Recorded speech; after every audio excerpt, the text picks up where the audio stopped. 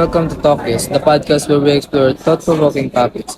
I'm your host, Lay Anthony, and today we have a fascinating discussion ahead of us. We're diving deep into the realm of philosophy and asking the question, why do we need to study philosophy in the Philippines? To help us unravel this topic, we have three distinguished philosophers with us today. Let's begin by addressing the relevance of philosophy in today's world, Mark. Could you share your thoughts on why studying philosophy is important? Of course, Lay, philosophy provides us with the tools to think critically, question assumptions, and engage in meaningful discourse. In the Philippines, this is the particularly important for the steering, a culture and critical thinking, and activity citizenship. That's a great point, Mark. Mika, how does the cultural and historical context of the Philippines play a role in the study of philosophy? Well, the Philippines has a rich history of philosophical thought, from indigenous philosophies to the influence of Spanish and American philosophies. Studying our philosophical heritage helps us understand our identity and the unique challenges we face as a nation. Carla, some might wonder if philosophy has a practical applications. Could you shed light on this aspect? Absolutely. Philosophy equips individuals with skills such as critical reasoning, ethical decision making, and problem solving. In a rapidly changing world, these skills are essential not only for personal growth but also for success in various professions and in addressing societal issues. It's clear that philosophy has its merits. However, what challenges and opportunities do we face in promoting the study of philosophy in the Philippines? Mark? One challenge is the misconception that philosophy is abstract and disconnected from real life. We must work to show its practical relevant opportunities lie in integrating philosophy into education system and promoting public engagement. Philosophy para sa akin, kasi di ba yung philosophy, tinatawag siya na love of wisdom. Tapos, parang yung philosophy, ginagamit siya para masagot yung tanong ng mga tao na like, mga tanong nila about sa mundo, sa sarili nila, mga ganon. Dadagdag ko ba dun sa sinabi ni Alicia?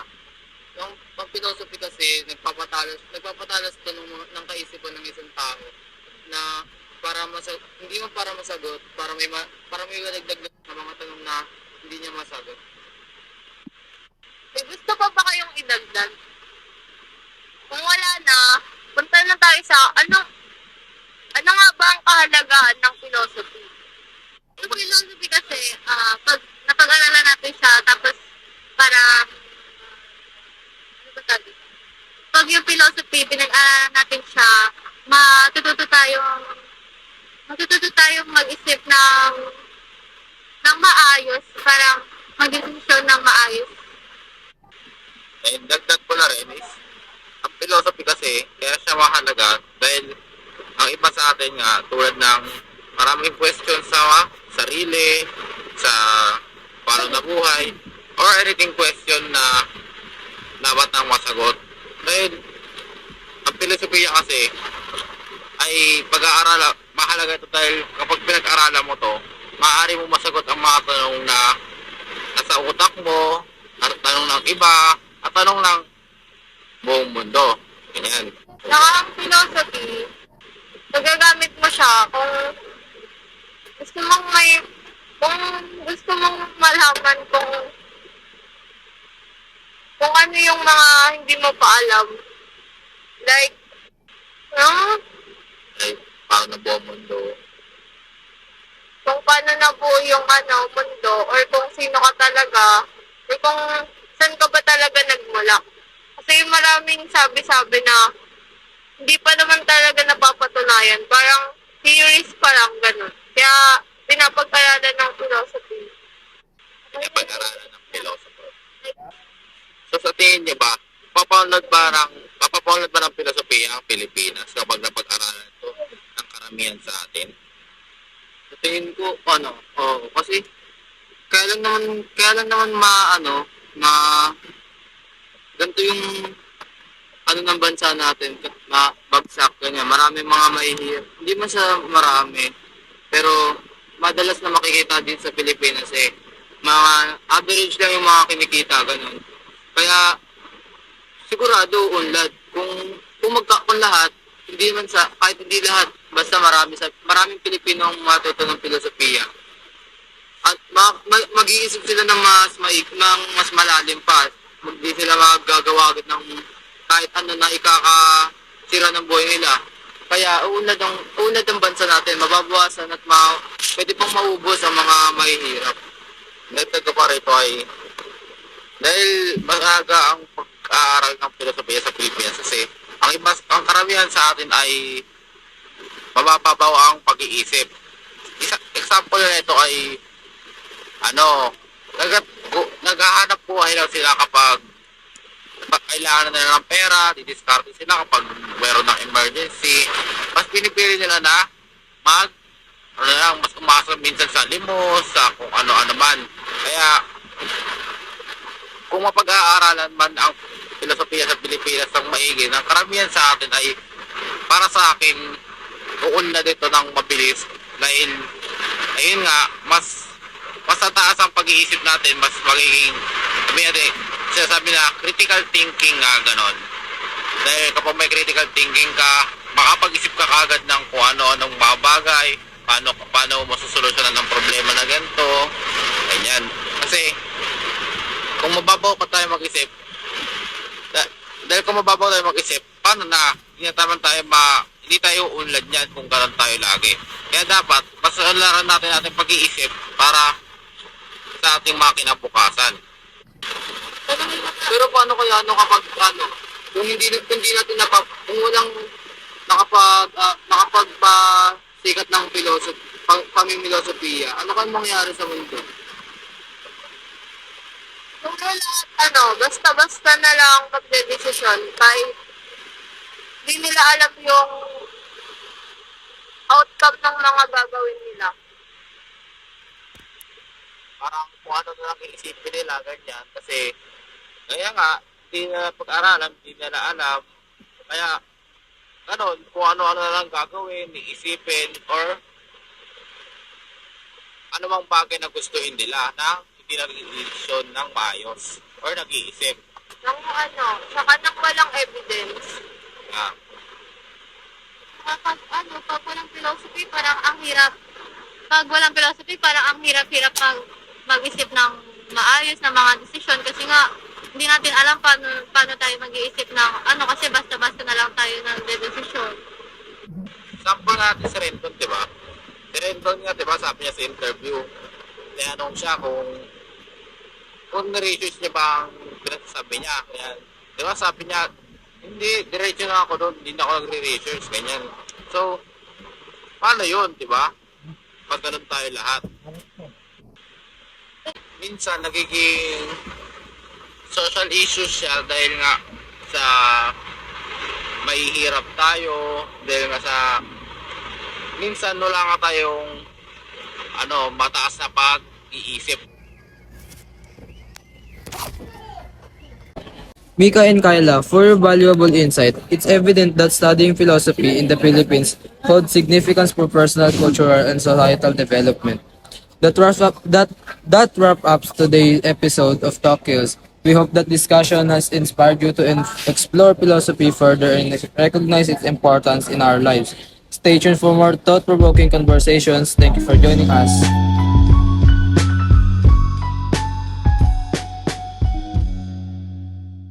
Welcome, dear listeners, to another thought-provoking episode of Talk Kills. I'm your host, Lay Anthony, and today we have a special episode where we delve deep into the philosophical dimensions of poverty.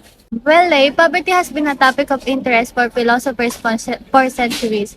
Thinkers like Thomas Hobbes, Jean-Jacques Rousseau, and John Stuart Mill have all contributed their perspectives on social inequality and poverty. Absolutely. It's interesting to see how different philosophical traditions, from utilitarianism to social contract theory, offer unique insights into poverty and its solutions. Moving on, let's dive into the ethical dimensions of poverty. How do philosophical ethics intersect with this issue? Great question, Lay. Philosophers like Immanuel Kant and John Rawls have discussed the moral duty to address poverty and reduce inequalities. And don't forget the concept of distributed justice. It's a hot topic among ethicists, exploring how resources should be distributed to alleviate poverty fairly. Let's shift our focus to contemporary philosophy. How are modern philosophers addressing poverty in today's world? Modern philosophers like Martha Nussbaum and Peter Singer are making significant contributions. Nussbaum's capabilities approach and Singer's effective altruism.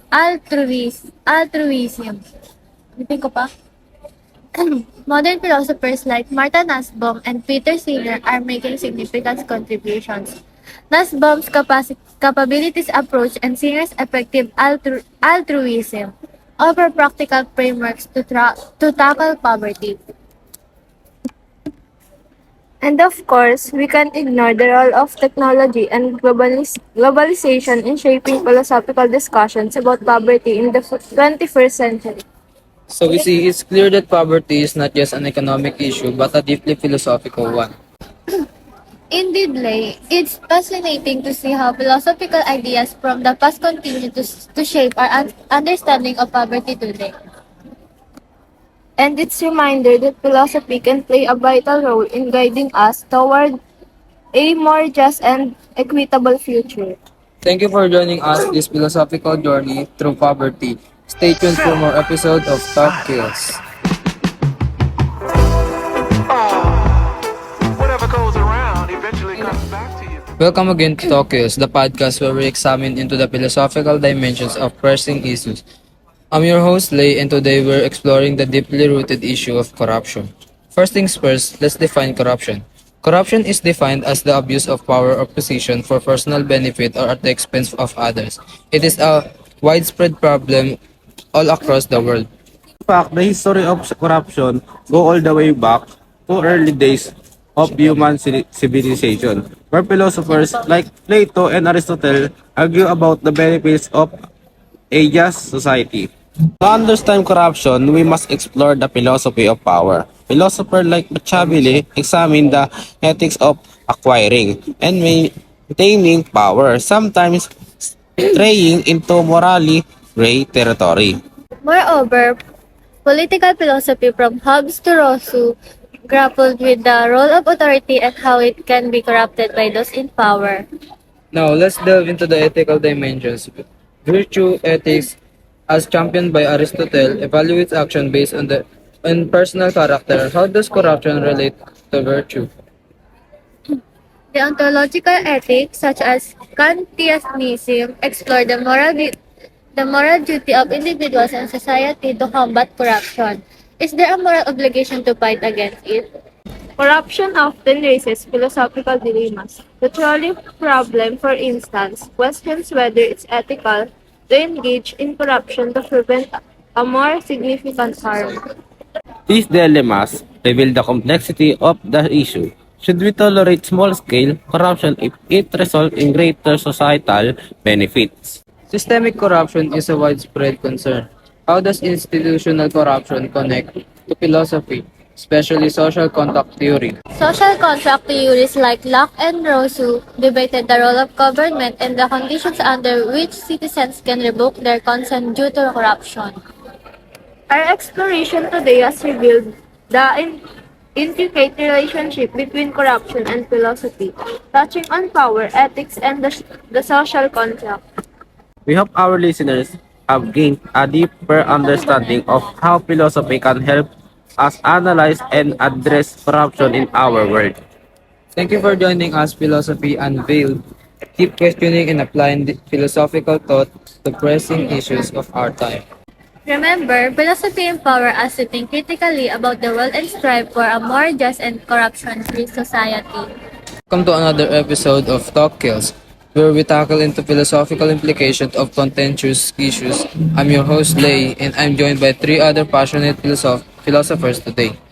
To start, let's define abortion. Abortion is the deliberate termination of a pregnancy before the fetus is capable of surviving outside the womb. It is a topic that has provoked intense philosophical debate for centuries. That's right, the moral and ethical considerations surrounding abortion date back to ancient Greece and the Rome, where philosophers like Aristotle and Cicero wondered about the value of potential life. Moving forward, let's explore the pro-life perspective, which argues the life begins at conception and therefore abortion is morally wrong. Many pro-life arguments are philosophical in nature, such as the belief that a fetus deserves inherent value and a right to life, just like a born individual. On the other side, we have the pro-choice perspective, which maintains the woman has a right to make decisions about her own body, including the choice to have abortion. Philosophically, these viewpoints relies on autonomy and physical freedom to argue that a woman's right to her body surpasses potential fatal rights. Let's dig deeper into the philosophical structures that drive this point of view. Utilitarianism, for example, considers society's total happiness and can be applied to the consequences of abortion laws. And like Kantianism, deontological, and like Kantianism, deontological ethics focuses on responsibilities and rights, exploring how individual autonomy plays a role in a moral decision making about abortion. Abortion isn't just a philosophical debate, it's also a legal and moral issue. The landmark Supreme Court case in the United States, Roe v. Wade, illustrates the complication. The Roe v. Wade decision struck a delicate balance between a woman's right to privacy and the state interest in protecting potential life, demonstrating the complex interplay of law and philosophy. We've discovered a lot today, from the historical roots of abortion philosophy to modern legal complexities. It's clear that the abortion debate is deeply philosophical and multifaceted. I hope our listeners have gained insight into the philosophical underpinnings of this topic and can approach it with a more informed perspective. Thank you for joining us on Tokyo's. Until next time, keep questioning and exploring the philosophical dimensions of the world around you.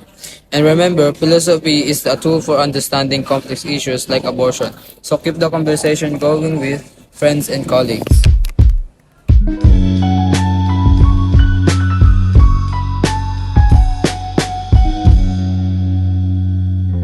And I hope you enjoyed